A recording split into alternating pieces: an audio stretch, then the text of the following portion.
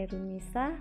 Untuk video pertama kali akan ngebahas tentang perkembangan teori organisasi. Jangan lupa di subscribe, like, and comment. Untuk kali ini kita akan ngebahas perkembangan teori organisasi.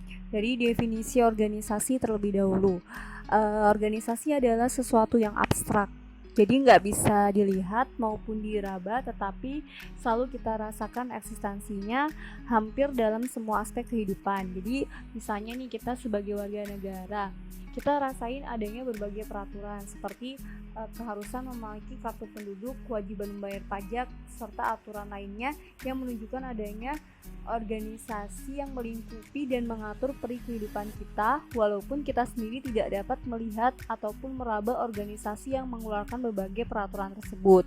Nah, karena sifatnya yang abstrak tadi menyebabkan organisasi bisa didefinisikan dengan macam-macam cara.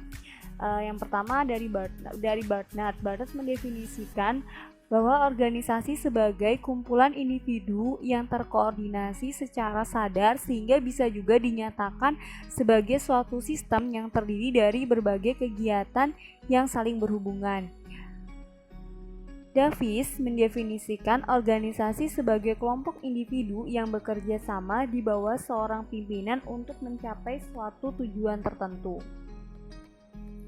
Hampir semua literatur memberikan definisi yang berlainan, baik karena adanya penggunaan kata-kata yang berbeda maupun karena adanya penekanan khusus pada aspek-aspek tertentu seperti yang didefinisikan oleh Davis yang memberikan penekanan khusus mengenai adanya tujuan suatu organisasi. Perkembangan selanjutnya menekankan keterkaitan organisasi terhadap aspek sosial, yaitu sebagai akibat dari adanya interaksi kelompok-kelompok manusia yang terdapat dalam organisasi.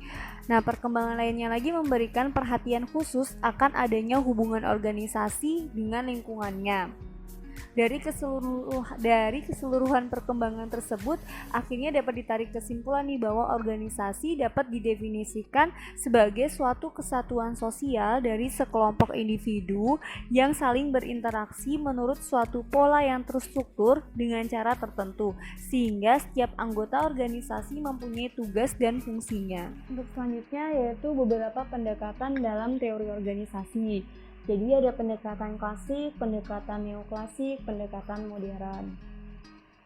Untuk yang pendekatan klasik, munculnya pendekatan klasik dalam teori organisasi diilhami oleh beberapa konsep pemikiran yang dikemukakan oleh Frederick Winslow Taylor pada tahun 1856 sampai 1915. Jadi di sini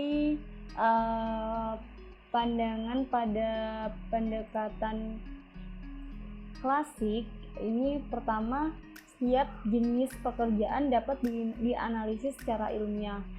Justru yang kedua, pandangan ini menganggap para pekerja bersifat rasional, bersedia mengerjakan sesuatu yang sebenarnya tidak mereka sukai asalkan mendapat imbalan finansial yang memadai. Jadi cara atau metode kerja baku ini belum tentu sesuai nih dengan keinginan pekerja, tetapi pekerja bisa dirangsang atau distimulus dengan imbalan finansial agar bersedia menjalankannya.